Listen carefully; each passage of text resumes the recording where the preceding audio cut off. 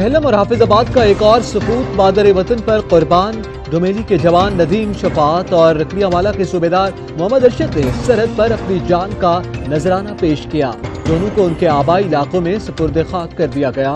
शहरियों की बड़ी तादाद में शिरकत, पाकिस्तान जिंदाबाद के नारे भी लगाए गए।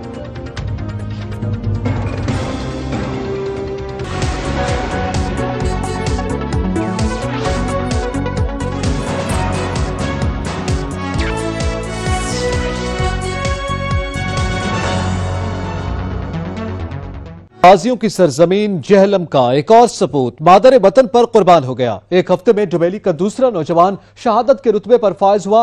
नदीम शफात पाक ईरान बॉर्डर पर झड़प में शहीद हुए थे। उनकी नमाज जनाजा आबादी गांव माय डोमेली में अदा कर दी गई। बाबर हुसैन की रिपोर्ट देखिए।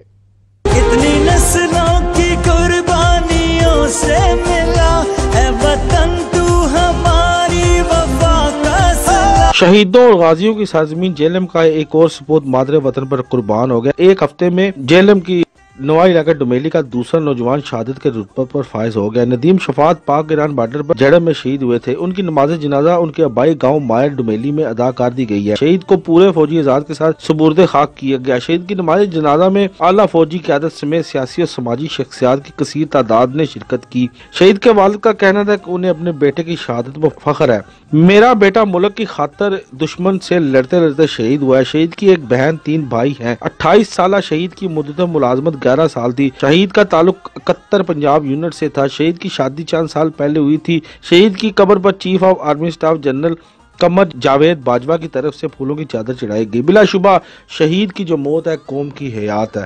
कैमरामैन हसनैन अली के साथ बाबर हुसैन, सच न्यूज झेलम।